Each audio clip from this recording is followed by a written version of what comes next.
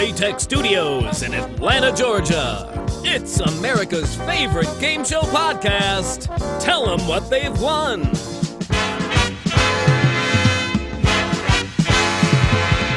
And now, here are your hosts, Tom Bastak and Mike Jacobs. Hello, everyone, and welcome in. It's America's favorite game show podcast. Tell them what they want. It's the game show, guys. I'm Tom Bastak. And I'm Mike Jacobs. Hello, Tom. How are you doing this week? Well, welcome. Hello, Mike from North Carolina. Indeed, you are in yet another third week in a row, new recording location. Hey, I'm trying to be all over the map if I can, you know? Well, I mean, okay, you went, what, 2 states away? That's not... It's No, not exactly all over the map now, is it? and the truth is, I'm really not 2 states away. I'm literally 2 hours and 40 minutes from your house. Yeah, So, yeah. I'm not that far. And with COVID on, to be honest, really nothing has changed. I mean, I was going to say we haven't seen each other in person anyways, so what are you going to do? Right. This was a very good time to make the move. Anyway, we're Indeed. living now up in the Waynesville area, just outside of Asheville, North Carolina. Up in the mountains, we've got snow, and we actually have a chance for a white Christmas up here. Oh, that's awesome. Yeah, I'm very, very excited. Sorry for the delay. I should also apologize. That's the reason why we were pushed off a week is because of my move. We had some trials and tribulations, which at some point I'll write all down and share the website so you guys can check it out because it's a hell of a story. Yeah, you've a lot of speed bumps in your journey. Anything new in your wonderful world? How's the new pooch doing? Oh, yeah, we did. We got a new dog. She is adapting very well. It kind of took her a minute to get used to everything. And there's still a bit of a power struggle between her and one of my other dogs. But, you know, every day it gets a little bit easier.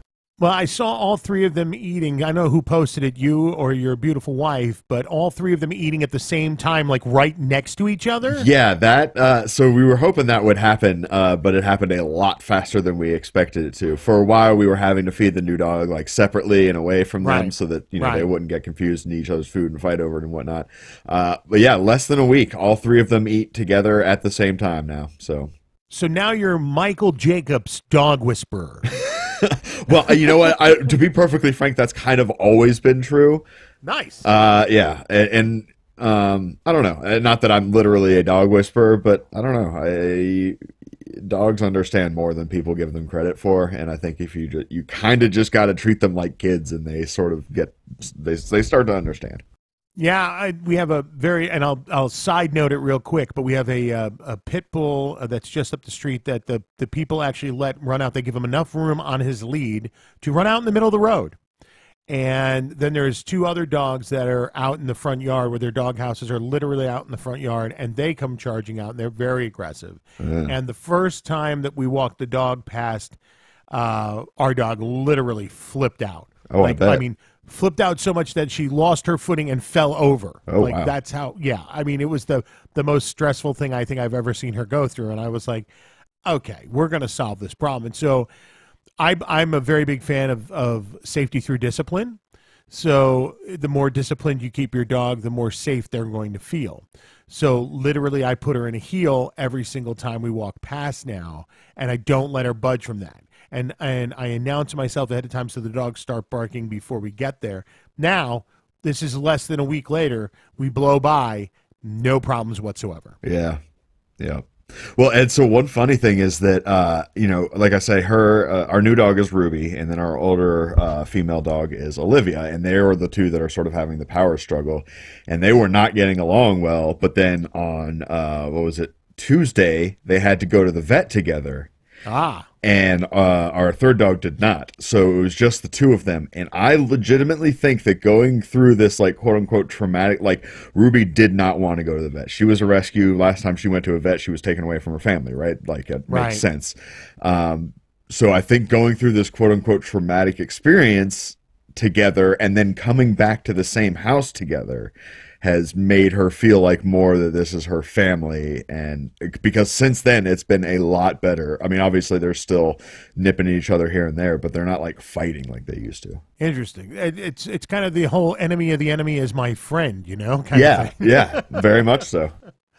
So I like it. All right, well, enough about dogs for today. We've got another featured show this week. This week, Mike, are you smarter than a fifth grader? If you're asking me, no, apparently I'm not. You know, I don't think a lot of us are, and we'll talk more about that when we get into it. Yeah, there's a lot of interesting facets to the implications of this show. But it is a good game show. I mean, it has a lot of game to it. You know, it's a trivia show. You just love trivia shows. Yeah, I mean, it's perfectly fine. I'd have no problems with this show whatsoever. Well, we'll talk more about it, but right now, let's get to the news and stump the chump with our good friend Christian. Light up your cigarette, crack open a beer, put the kiddos to bed. From chaos around the world to carnage in your very own front yard, it's time for the news. Thank you, Tom. Thank you, Mike. This is the news brought to you by BuzzardBlog.com. A major network and a worldwide brand are teaming up for a new game show next year. Fox has partnered with Wild Cherry Pepsi for Cherries Wild. Now, the show is going to be hosted by Jason Biggs of American Pie, Saving Silverman, probably a bunch of other things I don't remember, but Saving Silverman. Jay and Silent Bob Strike Back. Right. Yep. There we go. So Jason Biggs is hosting. Over the course of half an hour, contestants will navigate their way through 2 rounds of pop culture trivia in hopes of winning a $250,000 jackpot. At the end of each episode, contestants will try to capture 5 wild cherries from a giant 3-story slot machine in order to win the cash. So Jenny McCarthy's on the show? You said slot machine. Sorry. Oh, God. Good Lord. Oh. This show has gone downhill tremendously. Sorry, guys. No, that was my bad. Who says we've dumbed this podcast down? All right. Continue, Christian, please. Well, that's actually all I got on that particular show. So Cherry Wild, big 3-story slot machine, looks like fun, but of course, a lot of new game shows that look like fun aren't necessarily fun altogether. So we'll see how it goes. Hey, but they got that sweet Wild Cherry sponsorship, so there you go. Yeah. I love Wild Cherry Pepsi, by the way. I actually am a fan of it as well. It's not as good as Cherry Coke, but it's good. All right, Christian, what else you got for us? Well, Celebrity Wheel of Fortune has announced its star-studded lineup. Now, we previously announced that a celebrity version of the famous game show hosted by Pat Sajak and Vanna White was greenlit by ABC and will premiere Thursday, January 7th at 8 o'clock Eastern Time, 7 o'clock Central. And in addition to Grey's Anatomy's Chandra Wilson, This Is Us Chrissy Metz, community alums Joe McHale and Yvette Nicole Brown, and actor-entertainer Paul Rubens, who I'm really, really excited for, by the way. So the lineup includes Kevin Nealon, Leslie Jones, and Rob Riggle, of course, all formerly from Saturday Night Live, Terry Hatcher from Desperate Housewives, Jenny Garth from Beverly Hills 90210, Chris Harrison, host of The Bachelor, Nicole Byer, Drew Carey, Rachel Lee Cook, Alfonso Ribeiro, Maria Menounos, Sherry Shepard, and Tony Hawk, and many, many, many more. So we have a lot of really, for a game show, pretty powerful celebrity names. So, Christian, I see a lot of A-list celebs, and I see some B-list celebs in there. Yeah, so it looks like they're taking the opportunity to promote a lot of the ABC sitcoms and a lot of what's going on there right now. We have Jeannie Mai as well, who is I think a correspondent on Holy Moly. I like her. She's a real true social influencer. Like her a lot. Yeah, she's great. She was on The Joker's Wild with Snoop Dogg as well a couple years ago on TBS, I think. Yeah, she's really cool. Just a really wide variety of celebrities. I'm really excited. You know, one of the things that the game show community is really excited about in terms of this particular show is the fact that Wheel of Fortune and Pat Sajak have sort of been on autopilot for a really long time. Every episode is 3 new contestants. They don't really do anything completely outside the box. So to get some more unpredictable personalities and kind of throw him off his game a little bit, I think will be a lot of fun to see. Okay, Christian, what about this week in game show history? Well, this week in game show history, we are going back to December 23rd, 1974, and the premiere of a show that is relatively obscure to a lot of game show fans nowadays, but to the really diehard fans is a very fondly remembered program. This is a show called The Money Maze. Now, I don't know if I've ever talked about The Money Maze on this particular podcast before. I don't know. Mike? It does not sound familiar. We've talked about several maze-themed shows, but I'm not sure that... May I regale you with the story of The Money Maze? Please do. All right, so The Money Maze, again, premiered in December of 1974. Now, the premise of this show, it was on ABC, daytime. The premise of the show was a 50 by 100 foot maze spread across the studio floor with walls about 7 feet high. If you were in the maze, you couldn't see over the walls, and you had the audience seated around the maze. Now, the host was Nick Clooney. So George Clooney's father was the host of this show. He was a really successful local reporter, and this was his first national gig, was hosting the Money Maze. So on the show, you had two married couples. Now, one member of the married couple would be on stage. The other one would be in the maze. Now, there's a question round where you earn time to go into the maze and find prizes. So it was just an incredible show. You had this crow's nest that rose up from the floor, overlooking the maze. The husband, for example, would be up in the crow's nest directing the wife as she ran through the maze, trying to find these big light-up towers. You hit the button on the tower, you win the prize. You only had like 15 seconds to run through it. And it was just this incredible show. And a lot of TV critics in the mid-'70s thought this was the downfall of Western civilization, that we had people running around like rats in a maze to find money and prizes and things. As far as there's something to be said for that. I mean, I don't think they're wrong. Right. As far as the game itself and the show itself, it was just so beautiful, so campy. Andy Warhol was a big fan of the show, and he actually donated a tape of an episode that he recorded at home to the museum, the Paley Center in New York, the big television museum, which you can go watch it. It's an incredible document.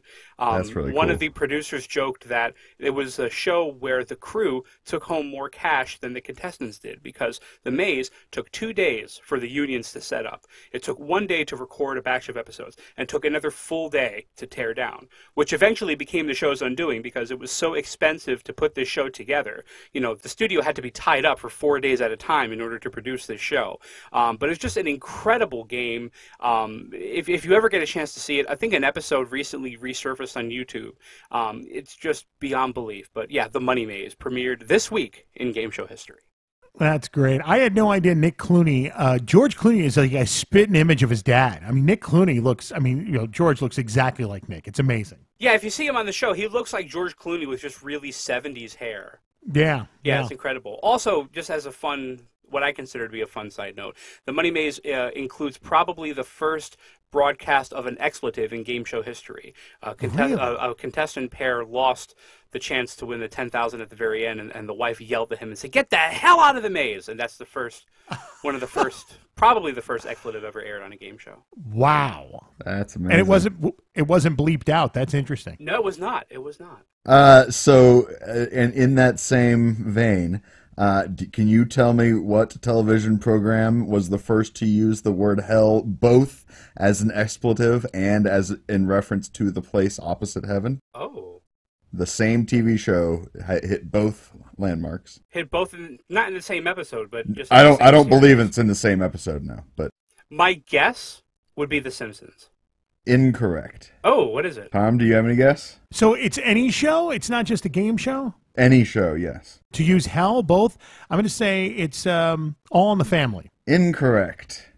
Okay. Correct answer is Star Trek. Really? Indeed. Wow. I love it. I love it. That's fantastic. What a great trivia question is. That would have been a good Stump the Chump, except it's not really about... It is not game show themed, but I tell you, we got a doozy this week. All right, we're ready for it. Mike, why don't you go ahead and lay it on Christian? I have diarrhea. Oh, boy. There's the timing for that. All right, so here's the deal. It's another one of these like name and amount of things. Okay. So I honestly, in my heart of hearts, do not believe that you will get all of these. Okay. So we're going to just say how many of them can you get, but. Okay. In terms of our question being submitted, if you don't get them all, our listener submitted question, the listener Randy will win. So I'm not giving him any sort of leeway there. You have to get is there like a definitive number of right answers, or is this just a thing that can go on? Okay. No, there's a definitive number. It's going to be 6 total. Well, okay, all right, here we go. This is how it's going to work. What I want from you is the name of the composer of the theme song for The Price is Right and 6 other TV theme songs that he did. Wow. And it's not just game shows, just any TV show. Any TV show. Any TV show. All right. And this guy's name is Randy? Randy has submitted the question, yes. Yes. Randy, you don't know what show you're calling, do you? Oh God! Oh no! It's not this, Mike. There's no way he has this. There is no He's way not going to he get. has this. I still don't think he's going to get all 6. But let's see. All right. Go ahead. Okay. Well, let's start with the first part of the question. Now, the theme song for The Price is Right. Fun fact, was actually recorded at Abbey Road Studios back in the early 1970s. Wow. So the name of the composer, his name was Ed Kalehoff. So he was one of the first TV music composers, and music producer, I guess, to a certain degree. But he was one of the first TV composers to use the Moog synthesizer, which back in the late 60s, early 70s was a really sort of futuristic sound. He was one of the pioneers of that for use on television. So he had a really famous, he was in a commercial for Schaefer beer that he composed the music for, but the commercial consisted of footage of him composing the music. All right, the fact that you knew he did the music for a Schaefer beer commercial, I am now not as confident that you won't know all 6 of these other answers. No, we're screwed, right? So also, good on you for pronouncing Moog correctly. A lot of people think it's Moog because there's 2 O's. Moog synthesizer. Yeah. So Ed Kalehoff created the theme song for The Price is Right, as well as a lot of the incidental music that they used on the show, and that was for a good 25 years or so before they started using other composers' music. I think there was an episode of the Howard Stern show about a decade ago where they estimated that he still, at that point, when Bob Barker was hosting, so a little more than 10 years ago, made $250,000 a year just from the royalties of his music being on the show. Wow. So he incredibly prolific composer. So as far as other game shows that he created music for, not specifically game shows, any TV shows. This list of 6 shows that I have are any. So Christian may go beyond that. Christian may go beyond that list. So I also have the list from his main website, and if they're not on this list of 6, I'll check his website to see if they're there as well. All right, sure, fair. Well, let's start with a quick connection from The Price is Right. So one of the pieces of music that they play when they gave away a car eventually became the theme song for the match game Hollywood Squares Hour. So that was in the mid-'80s. It was an hour-long show, and it was the theme song for that particular show. So there's one. Tattletales. Tattletales was another show hosted by Bert Convy in the mid-'70s, going up to the early '80s on CBS, and then in syndication. Composed the music for that. The original Double Dare on Nickelodeon. The name of the theme song, the title of the theme, is On Your Mark, Mark with a C, named after Mark Summers. So that was another Ed Kalehoff production. All right, slow down there, Speedy Gonzalez. I gotta catch up here. All right, so what do we got? So we got Match Game Hollywood Squares Hour, Tattletales, and Double Dare so far. This is Jack Clark speaking for Tattletales, a Mark Goodson, Bill Todman production. All right, we'll just keep going, and I'll check his IMDb once the page loads. Okay. When Concentration came back to the air after the original NBC version had been canceled in 1973, Ed Kalehoff was contracted to create the music for that. And there's a huge difference between the music for Concentration and the music for something like The Price is Right. It was done sort of on a more shoestring budget, so a lot less instruments in the theme to Concentration and all the music that was used there. There was also a show on Nickelodeon called Make the Grade, and that was in I want to say the late 80s on Nickelodeon.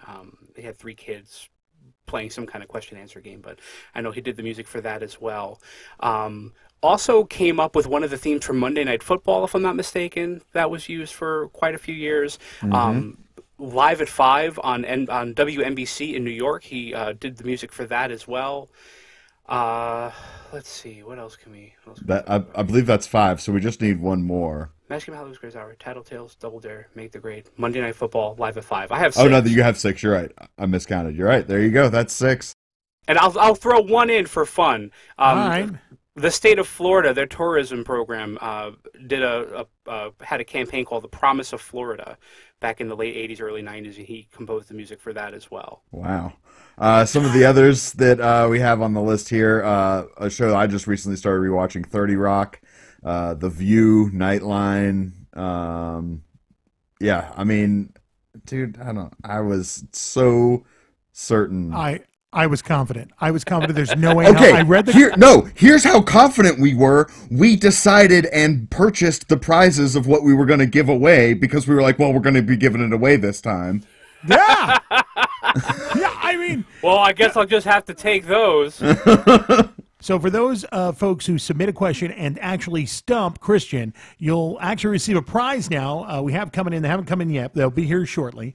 We have enamel pins of the Tell Them What They Want logo that we will send to you. All we'll need is an address, and we will put it in the mail to you. But unfortunately, Randy, thank you for submitting your question. You did not stump the chump this week. Nope. Man. Well, and that's the thing. It's like we're going to just have these pins sitting around now. It's going to be like those ET Atari cartridges. It's going to take up a landfill somewhere. I have no idea. I looked at that thing and said, there's no way he knows this. I mean, again, I knew he was going to know the composer. I knew he was going to get that right off. I thought maybe he would get some other things here and there, but I mean, yeah. Oh boy. Christian, congratulations. Nice work. Thank you very much. If you'd like to submit a question to Stump the Chump, please send us an email, send us a website request, or hit us through social and give us your question. We'd love to have you. We got another one for next week already submitted.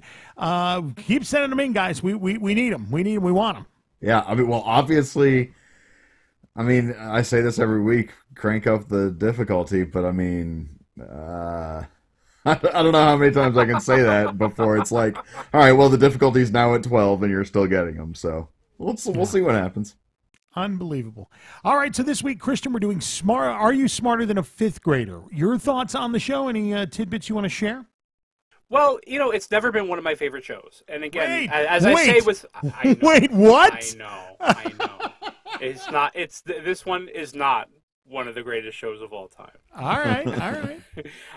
But you know what? It exists. It's fun. It's fun to watch. It's fun to play along with. Originally started, and I don't know how confirmed this is, but it was a bit on the Howard Stern show a couple years before they pitched it as a series. They used to play this game on the show all the time, and then a couple years later they spun it into its own format, got Jeff Foxworthy the host, and you know the rest is history. But Are You Smarter Than a Fifth Grader? Pretty fun show, just wasn't ever my cup of tea. Well, Mike and I are going to discuss it in big detail to find out how we feel about it. I know that we definitely have some opinions on its effect or its play on the American education system. Yeah, we have a lot to talk about with this show, even though we're not really talking about the show itself as much. True. Yeah, there's definitely a commentary there on what we learned, each of us as fifth graders. I mean, I know a lot of the times when I watched the show, I would kind of think to myself, I don't think I learned that in fifth grade. The only thing I remember learning in fifth grade was the first year that we had sex ed. And I was in a Catholic school, and they separated all the girls into one room and all the boys into another. That sounds like a good, healthy way to approach sex ed. Yeah. Yeah, probably. I had a female teacher who was extremely uncomfortable but very professional at telling us all about it. It was very interesting, very interesting.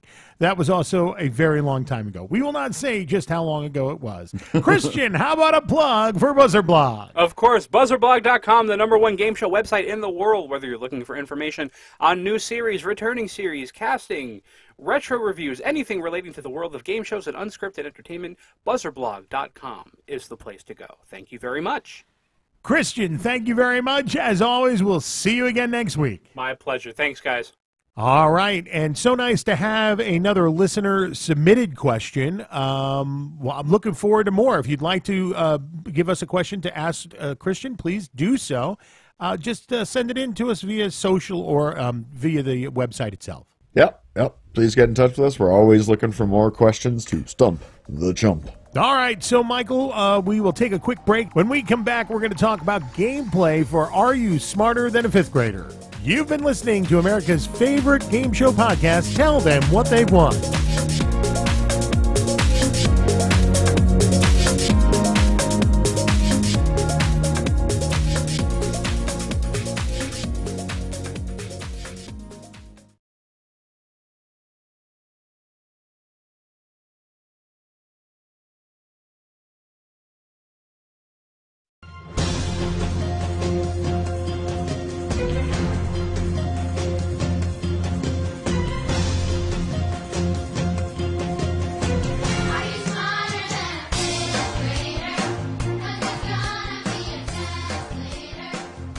There it is, the theme song to Are You Smarter Than a Fifth Grader? It's our featured show this week, Michael. Am I the only one who thinks of the theme song from the movie Meatballs? Wow. Do you remember that song? Are you ready for the summer? Yeah. Yeah. Yeah. Anyways, my guy. Okay, well, I'll have to look that up and put it on the website this week. yeah. I mean, I don't know how close they actually are. I didn't do a comparison, but every time I watch an episode of this, that's all I can think about. Yeah, that's great. All right, so gameplay. It's a typical trivia show. Explain it to me. So you got one contestant playing, much like in Millionaire. That's one person, and they ultimately will be playing through a series of 11 questions. The questions are going to vary in topic, but they're always basically school subjects, right? You know, math, history, geography, things of that nature, science, you know, stuff you learn in 1st through 5th grade. And that's the thing. These are actually sourced from 1st through 5th grade textbooks. So it's not that like there's just question writers coming up with things that they think would be in this. They actually are using textbooks for this. Wow. And there are also there is also a pool of actual 5th graders there to help the contestant play along. Now here's the thing with those 5th graders. Yes, they are legitimate children who are in 5th grade. They're not I don't know, people pretending to be 5th graders. But that's the thing. Like they are, for the most part, child actors.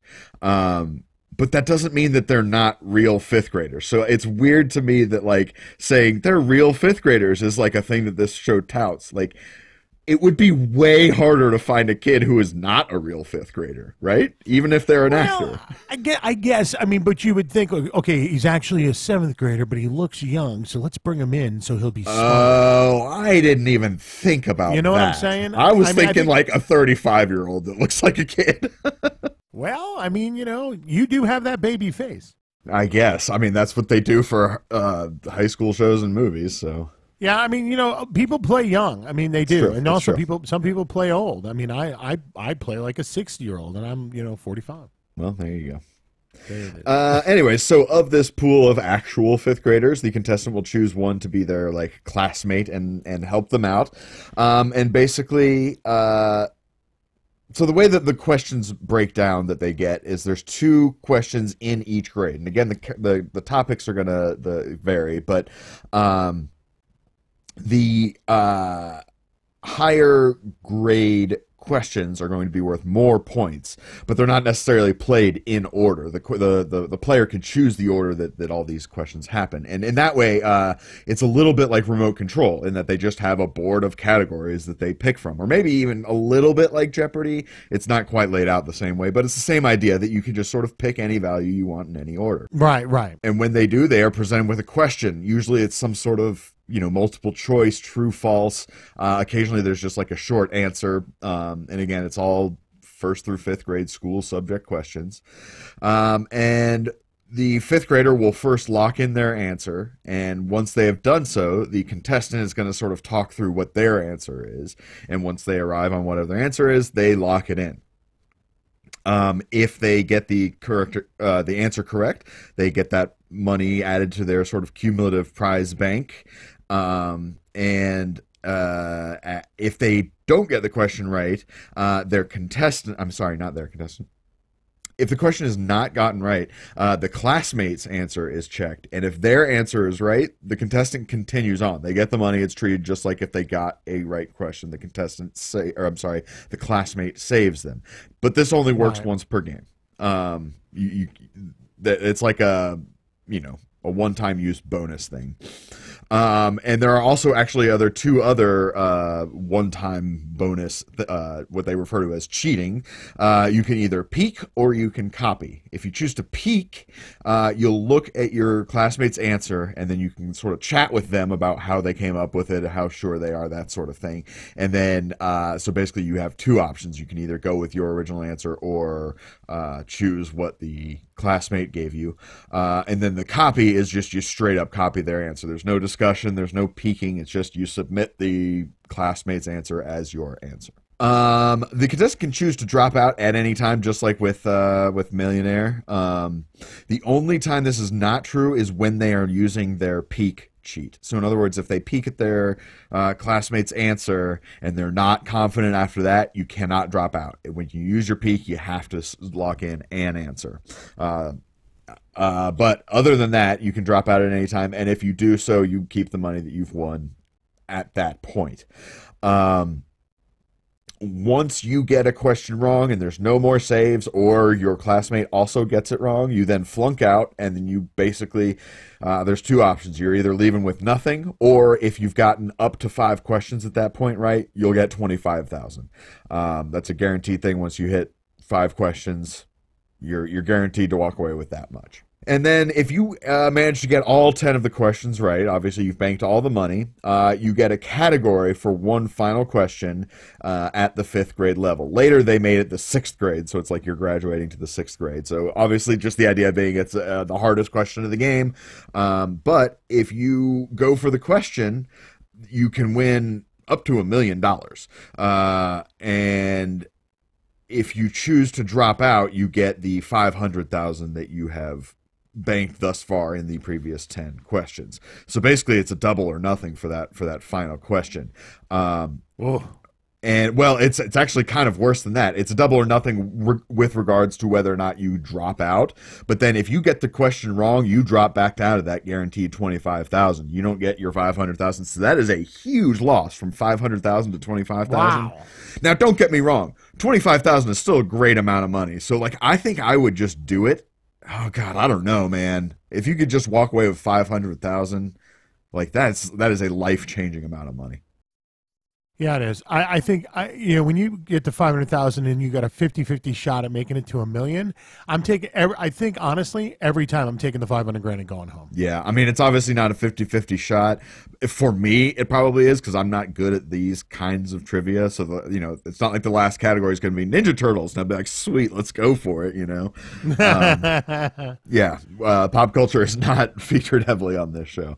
So, yeah, I think I agree with you. I would just take the 500K every time. No, it's nice to know that turtles are like your go-to, like I'm an expert on. Well, I mean, I can't say so much anymore these days because there's, several shows that I've not kept up with. But in my heyday, I was a Ninja Turtles fanatic. Is that why you eat so much pizza? Yeah, probably. Okay, speaking of which, if there's anybody that can show me a time that pizza looks more delicious than in the opening sequence of Ninja Turtles 2, the movie Secret of the Ooze, I would be dumbfounded. The way the pizza in the beginning of that movie is the most delicious looking food I've ever seen. Now you got me Googling it. Yeah, well, go watch it. It's just the opening credits, and yeah, it's just like a montage of people in New York eating pizza. And boy, oh boy, every slice just looks like the most fantastic thing I've ever seen. Anyway, I will promise when I get a chance, I'm going to look at that, because now you've got me excited about pizza, something I haven't eaten in a lot of weeks here. So I'm very excited. I don't count like take home, like a DiGiorno or whatever. I don't count that as real pizza. I do, but it's a different kind of pizza. Personally, for those take home frozen ones, I prefer the thin crust ones. Those bake up a little bit better, but it's not the same as like a big old floppy fold it in half slice of pizza. Well, it's like in Atlanta, for those of you who have ever been or come down to the area, very traditional pizza here is mellow mushroom, but it is not, in comparison to what I grew up with in the Northeast, pizza. It is close. It's just a different type. I thought you were going to bring up Fellini's, which to me is the greatest pizza on the planet. Okay, so now Fellini's to me is very close to what I used to have up north. Sure. So it's my favorite pizza in Atlanta, but mellow mushroom kind of like started in the Georgia area, and it's known for being here. I love it. I just don't compare it to regular pizza, because to me it's just different. I agree. It's a different style. It's real. That crust is real garlicky, which, by the way, I love. It's fantastic. Yeah. But yeah, it's definitely a very different style of pizza than different style pizza, but still spectacular. So if you come to Atlanta, make sure you get some mellow mushroom. Indeed. And if you find that opening sequence for Ninja Turtles 2, put that on the website too. Get people to watch it, and pizza sales will skyrocket this week. All right, so mellow mushroom, we expect our payment for sponsorship. Yeah, right. We should reach out to them. All right. Okay, what else you got, Mike? Well, that's it, basically. At the end of the game, whether they've won or lost, they have to look at the camera and declare as such whether they are or are not smarter than a fifth grader. Apparently, only 3 people have made it to that $1 million answer. And when you look at the 3 people that have done it, it's kind of like, well, no crap. They're all like I think one's like a Nobel Prize winner, and the other is like a elementary school superintendent. I believe in Georgia is a superintendent for a school system. Wow. People that have like real pedigree, which, I mean, that's fine. Don't get me wrong. Like, it's great. But at the same time, isn't the point of the show to get kind of like average Joe type people and see whether or not they're, you know, smarter than a fifth grader? And that's a conversation we're going to have after we deal with the history of this, because I want to definitely talk about the, I don't want to say the inspiration or where it came from or what's behind it, but the ramifications of it for sure. Yeah, like we kind of touched on this at the beginning, and I want to dive in at the end before we get into reviews, but I do think that there are a lot of telling indications of society in this show. Absolutely. All right, when we come back, we're going to take a look at the history, and then we will totally dissect this show for everything it's worth, or not worth for that matter, with ratings too. All right, you've been listening to America's favorite game show podcast. Tell them what they've won.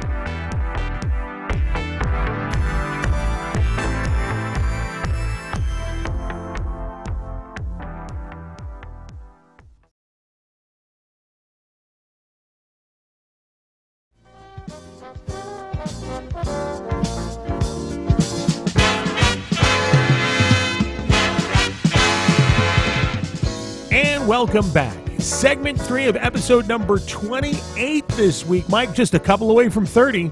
Is it 28? I thought we were 27. Did I mislabel the cue sheet this week? Yeah, 27 was last week, which was Deal or No Deal. I know you want to forget about that episode as much as possible, but we can't do that. Yeah, we'll just say canonically we were at 28. In my mind, we're still at 27. It's good to know. Good to know. But yeah, man, we're only 2 away from 30, which means we're going to be. I think 30 may be the first show of the new year, possibly. What it? Yeah, I guess so. Okay, so we've talked about the gameplay of our featured show this week, which is... Are you smarter than a fifth grader? Are you smarter than a fifth grader? I'm glad you remembered that, because for a second there, I did not. And the sad part was you asked it like a question to me, and I kind of went, oh, God, he doesn't remember either. That's just the brain fart sometimes that you get, you know? It happens. It happens. All right. Well, anyway, now it's time for history. Let's talk. Indeed. So, prehistory of this show, there's no actual crediting of this in the game show as we have seen it in its various iterations, but it actually began as a recurring segment on the Howard Stern show. What? Yeah. I don't know if he created it or if it was the creators of the show and they just did it on the Howard Stern show, but the sort of genesis of this show began on Howard Stern. So, wow. There you go. In 2006 is when it started to take form as a show, and they pitched it to a bunch of different television executives and powers that be in the television world as a 6-question like test version. And apparently the only person to get all 6 questions right was the Fox executive Peter Liguri. I don't know how to pronounce that last name. It was well done. It's better than I would have done. Hey, there you go. But yeah, he was the only one that actually, like, quote unquote, won the test version, and I guess that's what ended up sparking their interest in the show, because Fox is indeed the network that picked it up. And starting on February 27th, 2007, Are You Smarter Than a Fifth Grader kicks off with, of course, Jeff Foxworthy as the host. If you're Jeff Foxworthy, is there a certain amount of insult in choosing you as host of this show? I guess I don't understand. I mean, I guess his thing is he's known for pointing out how people can be stupid, but I feel like his gimmick, I don't know. Are they choosing him because he's a redneck and may not be smarter than a fifth grader, or are they choosing him because he's a comedian whose gimmick is revolved around pointing out the stupidity of others? I think it's the second of the two. I think the thing is that he's so good at being like, hey, you may be a redneck if you do this kind of thing. That's been his gimmick for, since the 90s. Sure. That it makes perfect sense to be like, let's get the guy that loves to make fun of stupid people to go on a show and make fun of stupid people. Gotcha. That does make more sense. And I mean, in that regard, like, I think he's a great host. He does a good job on this show. I mean, I was really, really like, because I did not care for his comedy all that much. I mean, I don't know if I was the demographic for it. You and I have talked about whether we were the demographic for Jeff Foxworthy. I don't know.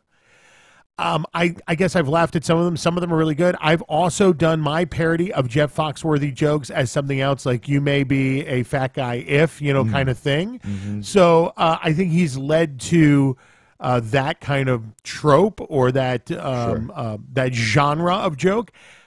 But with this, when I first heard he was doing this, I was like, oh, God, how good could that be? And I saw an episode when it first came out, and I was like, he's a damn good host.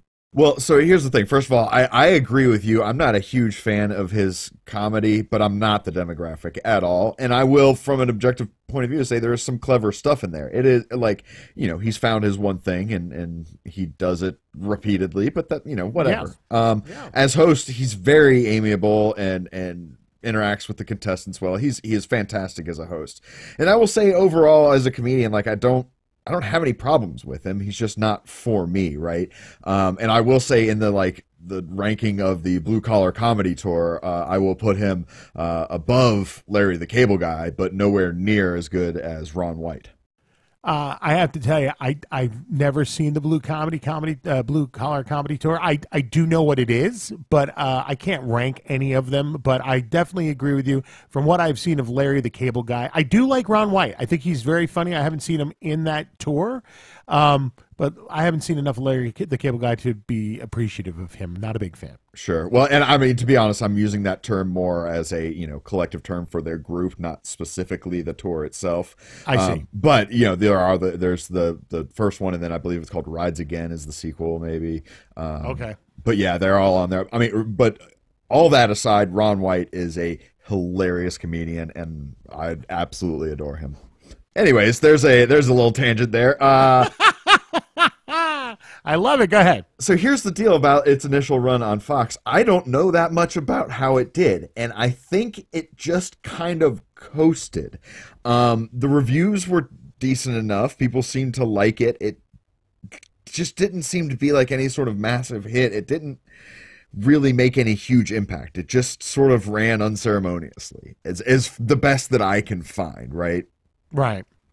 And then, 2 years later, basically, 2 years and some change, it ended. September 18th, 2009. But then the half-hour syndicated version with Foxworthy still as the host started exactly 3 days later. So that, to me, indicates that they clearly had a plan of, like, this show's doing fine, but maybe it's not a primetime hit. Let's cut it in half and syndicate it. And, they really... They didn't do much to the show other than that. They made some slight tweak of the rules, but the big thing was that they really lowered the top prize. There's no longer that $1 million top prize. I think it was like down to $250,000 or something, which again, it's still not a chump change, but compared to what it was, is nothing. And considering that only 3 people ever won that $1 million, right, $250,000 is probably out of most people's reach. And really, I think that. It's interesting because, like I say, I don't think this is as big of a change as when they changed the time slots on a very successful show. This change makes sense to me because, like I say, if you're looking at it as this show is about as half as successful as we expected, then let's cut it in half and syndicate it and it'll be fine. But that didn't really work out. Low ratings prevailed, and 2011 it ends its run. But that's still another 2 years, obviously, after the initial run. So all told, 2007 to 2011 is not a bad run. But, sure. Again, there's just nothing that says that this show had any sort of, it wasn't a cult hit. It wasn't impactful, it as far as I can tell. It's interesting because they've, I read something that they've recently created a podcast now where basically Jeff Foxworthy is going back and they revisit some of the best episodes, and they have celebrity contestants on and try to remember the correct answers to 10 seemingly easy grade school level questions is what the actual byline is. Interesting. Yeah. I want to give that a listen. And it's recent, yeah. So that's something that I did not even know about till this morning, and I'm definitely going to check it out, at least an episode of it. But nice to have him back after X amount of years to do that, because as you're about to get to, there's been some other hosts. Well, so before the other host, there was a attempt at a revival in 2015. Foxworthy stepped in for that one as well, but it ran for less than a year, May 26th to September 8th. And so obviously just was, I think that was ill-fated from the get-go. But then June 6th, 2019, Nickelodeon posts a video to YouTube that is a preview of a new revamped version of Are You Smarter Than a Fifth Grader with a brand new host, our favorite, John Cena. John Cena! I mean, and what a bizarre choice. But no, because I don't think he's smarter than a fifth grader. That's no. I take that back. That is me. So yeah, there is the insult that I was getting to with the Jack Foxworthy choice. That is not how I feel. I'm merely making a joke. There we go. I think. Well, and so here's the deal. Like, obviously, I don't know. It's a totally out of left field pick. He's a huge celebrity. Obviously, kids love him. So it doesn't like. It's not like so out of left field that you're like, why? But at the same time, like, whoever came up with that choice, like, I don't know. They got a weird brain on them. But I will say it works. Like, there's only one episode I found on YouTube with him. But, like, he's pretty good. And he deals with the kids really well. Like, obviously, he's a performer. He knows how to be in front of a camera. Honestly, I'm giving him my seal of approval. I think he does a great job. Cool. Yeah. Cool. So really, a lot of this next bit should go theoretically in gameplay, but it felt more in history because it is a new version of the show.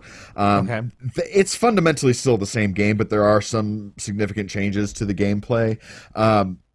Primarily, they broke it up into 2 different rounds, right? So the first round is going to be 6 questions for grades 1 through 4, and then the second round is all grade 5 questions. Yeah. And it's like rapid, not really rapid fire. You have 60 seconds to answer all of them. And then basically, like, they present you with a question. You can either lock in your answer as normal, or you can use your one final cheat, and then you basically pass until the end of the round. So after all the questions are answered or your time runs out, they go through each one by one, revealing the answer and seeing if you get it right or not. They save the question that you chose the final cheat on for last, and then you can then talk with the classmate pool to discuss the answer and try and get a suggestion from them.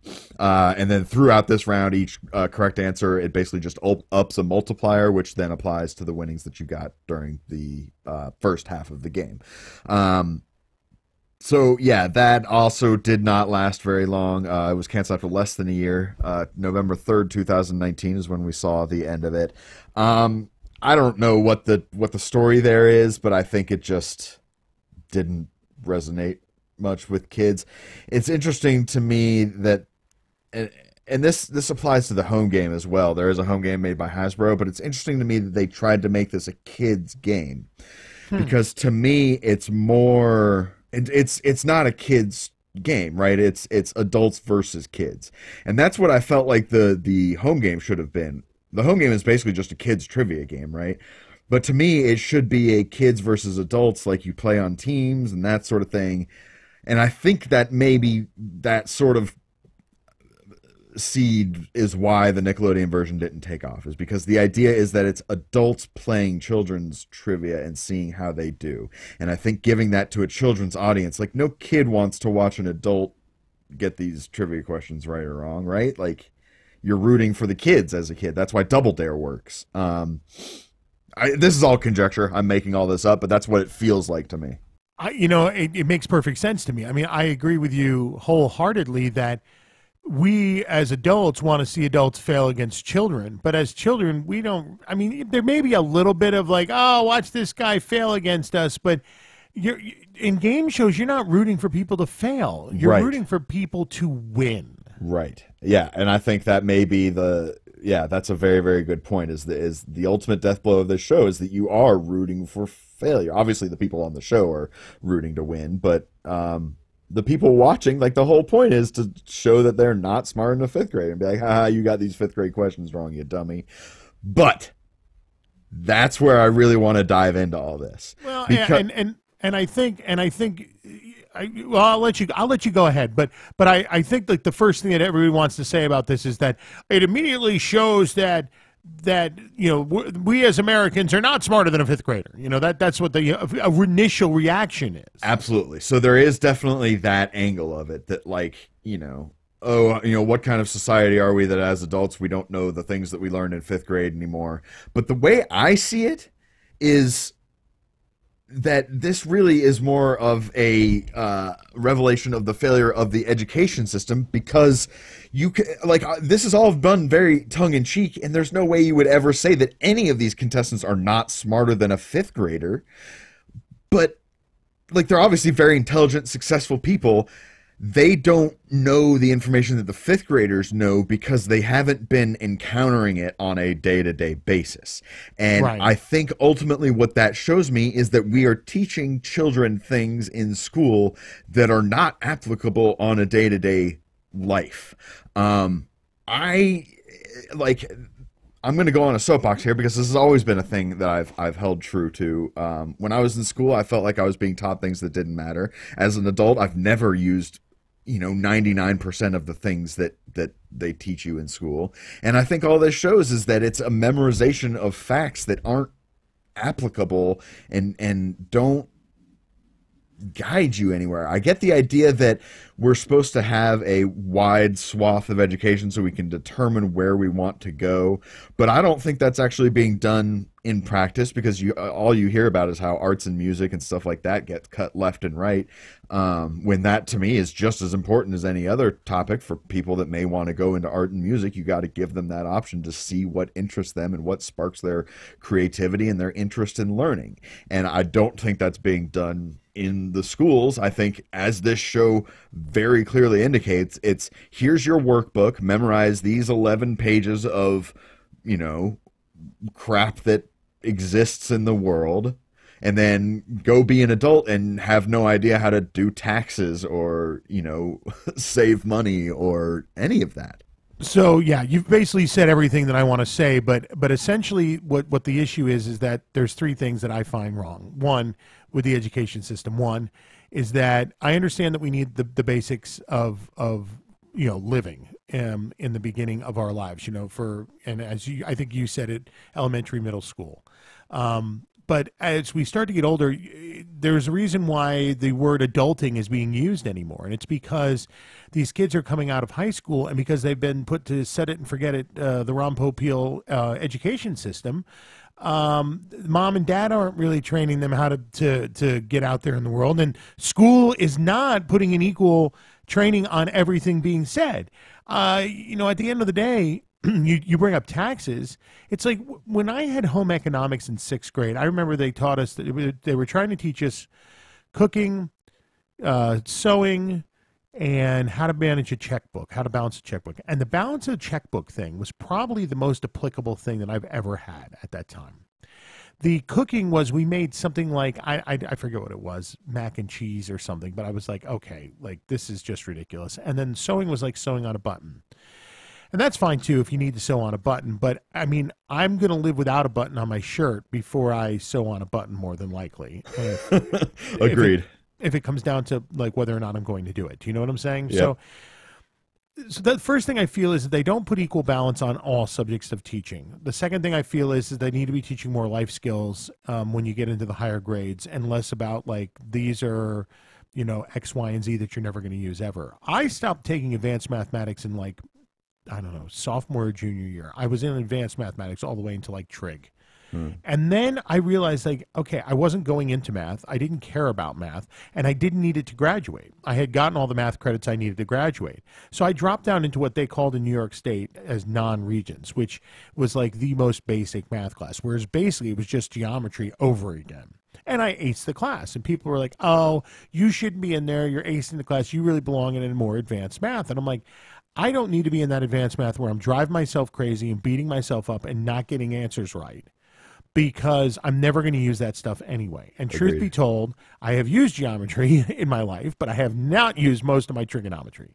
So at the end of the day, I feel like there comes to a point where you get to a certain level of education, and yes, there's going to be people who want to be scholars and that want to go on and do great things, and they're going to need all those crazy things. That's fantastic.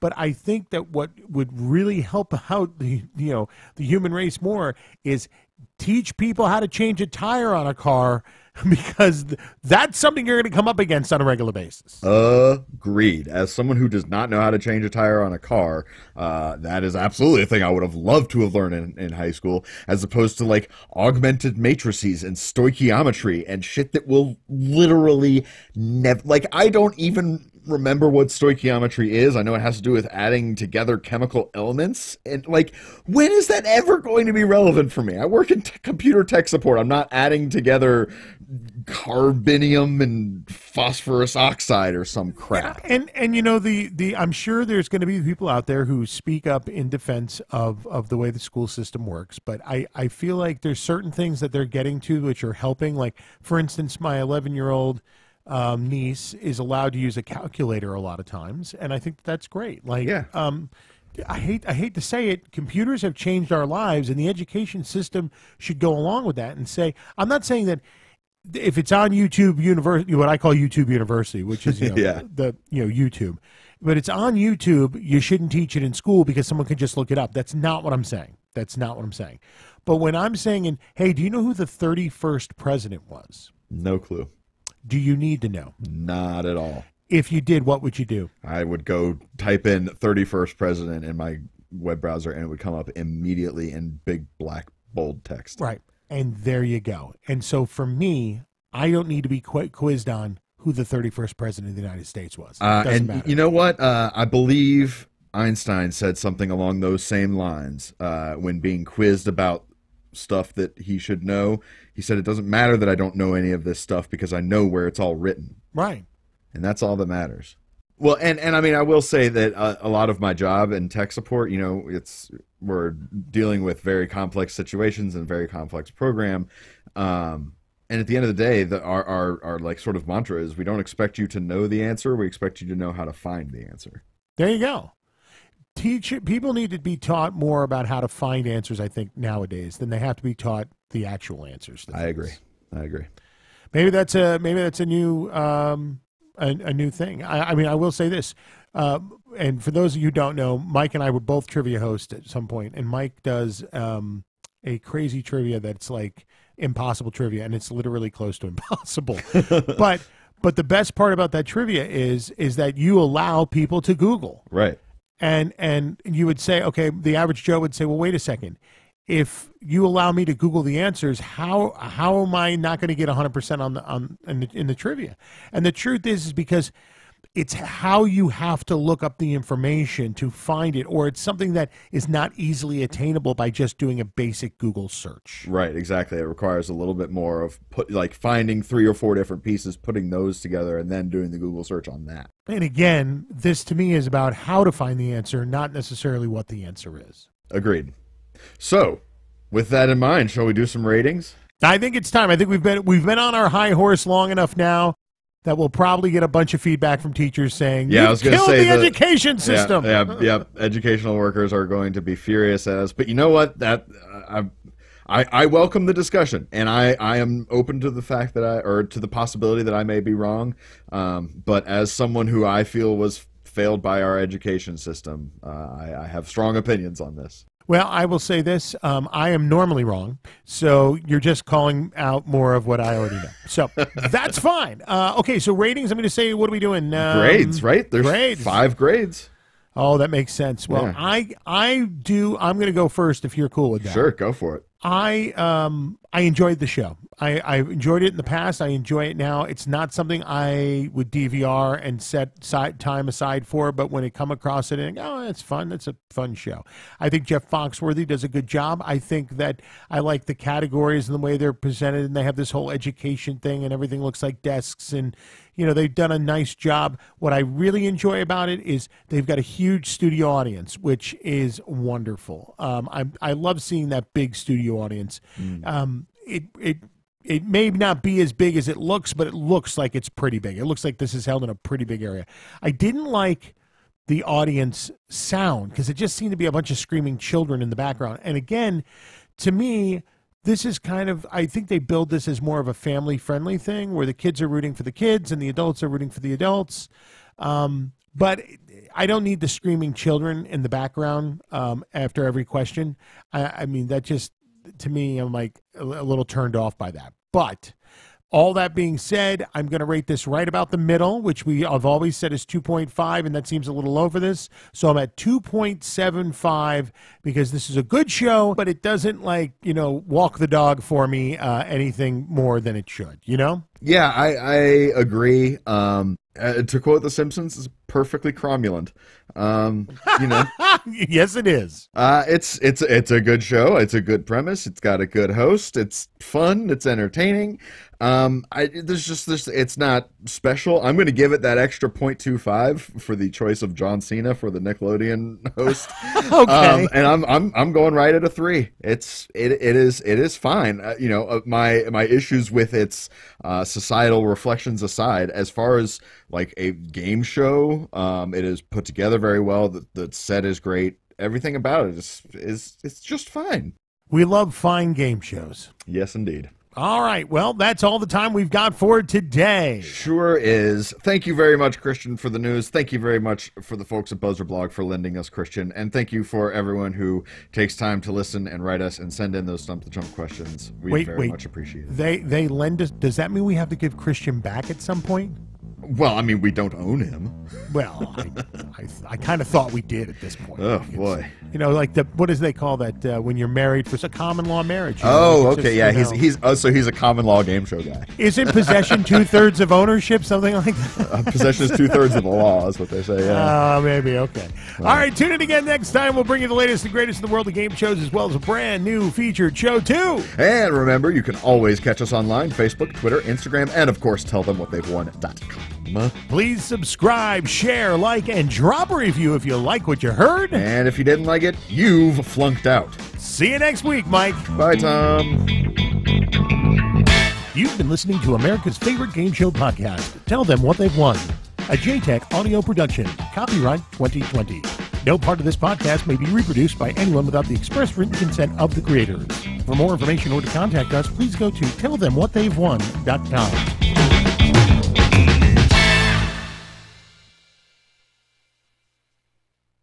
All right, Tom, what'd you learn this week?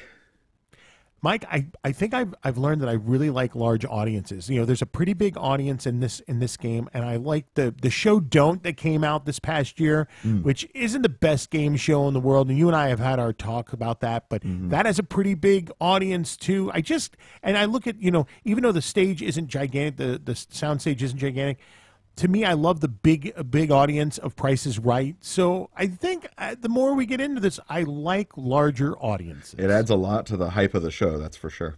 Yeah. How about you? Apparently, I am not smarter than a 5th grader, but I'm okay with that. Copyright 2020, a JTech audio production.